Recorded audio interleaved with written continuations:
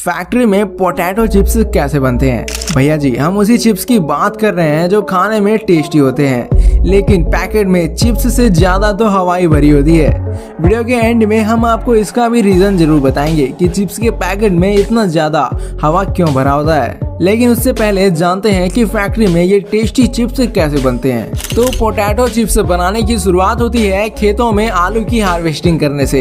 दोस्तों, आपको बता दें कि चिप्स के लिए केवल बड़े आलुओं को ही उगाया जाता है।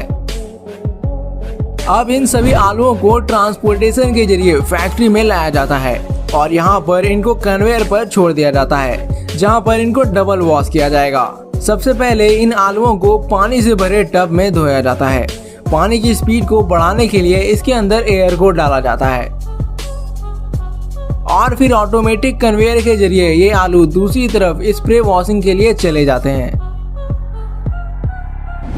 तो फाइनली अब ये अच्छी तरीके से साफ हो चुके हैं। तो अब इन आलुओं के ऊपर से इसके छिलके को निकालने के लिए आलू को ऑटोमेटिक पीलिंग मशीन में डाला जाता है, जहां इसका सारा छिलका निकल जाता है।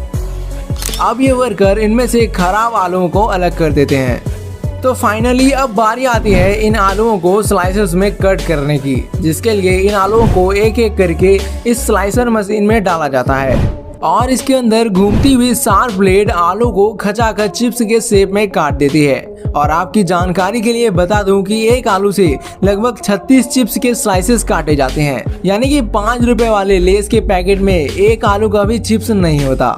तो अब ये सारे आलू कट चुके हैं। अब इनको एक स्पिनिंग बैरल में डालकर ठंडे पानी से धोया जाता है और उसके बाद इन चिप्स को एयर ब्लोअर के नीचे से पास कराया जाता है ताकि इस पर धुलते समय लगा पानी सूख जाए। अब यहाँ फाइनली इन स्लाइसेस को फ्रायर कंटेनर में डालकर चिप्स को फ्राई किया जाता है और फ्रायर में मौजूद तेल लगभग 190 डिग्री सेल्सियस गर्म होता है, जिसमें 3 मिनट तक चिप्स को फ्राई किया जाता है। उसके बाद ये चिप्स इस कन्वेयर बेल्ट पर चले जाते हैं, जो कि चिप्स पर लगे एक्स्ट्रा ऑयल को एब्जॉर्ब कर लेता है। तो अब बारी आती है चिप्स पर लगने वाले स्पाइसेस को बनाने की, और यही वो प्रोसेस है जिसके कारण नॉर्मल पोटैटो चिप्स का स्वाद एकदम चटाकेदार हो जाता है। चिप्स के मसाले के लिए अलग अलग फ्लेवर के हिसाब से अलग अलग मसालों का चयन किया जाता है और ये सारे मसाले एकदम टॉप क्वालिटी के होते हैं। अब इन मसालों को भूनने के बाद इन्हें ग्राइंड कर लिया जाता है। अब फाइनली इन तैयार मसालों को चिप्स के साथ इस स्पिनिंग चैम्बर में डाल देते हैं और ये घूमते हुए अच्छी तरह हर चिप्स पर मसाले की छाप छोड़ देती है।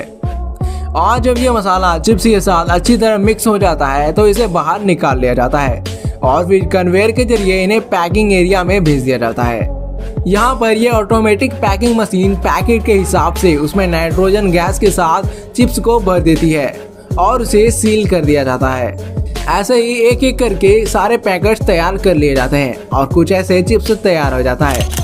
दोस्तों, कभी ना कभी आपके मन में ये सवाल तो जरूर आता होगा कि पैकेट में चिप्स इतना कम क्यों होता है और उसमें हवा इतना ज्यादा क्यों भरा होता है। आपको बता दें कि वो हवा नाइट्रोजन गैस होता है, जो कि अंदर चिप्स को खराब होने से बचाता है और उसे क्रंची रखने में मदद करता है।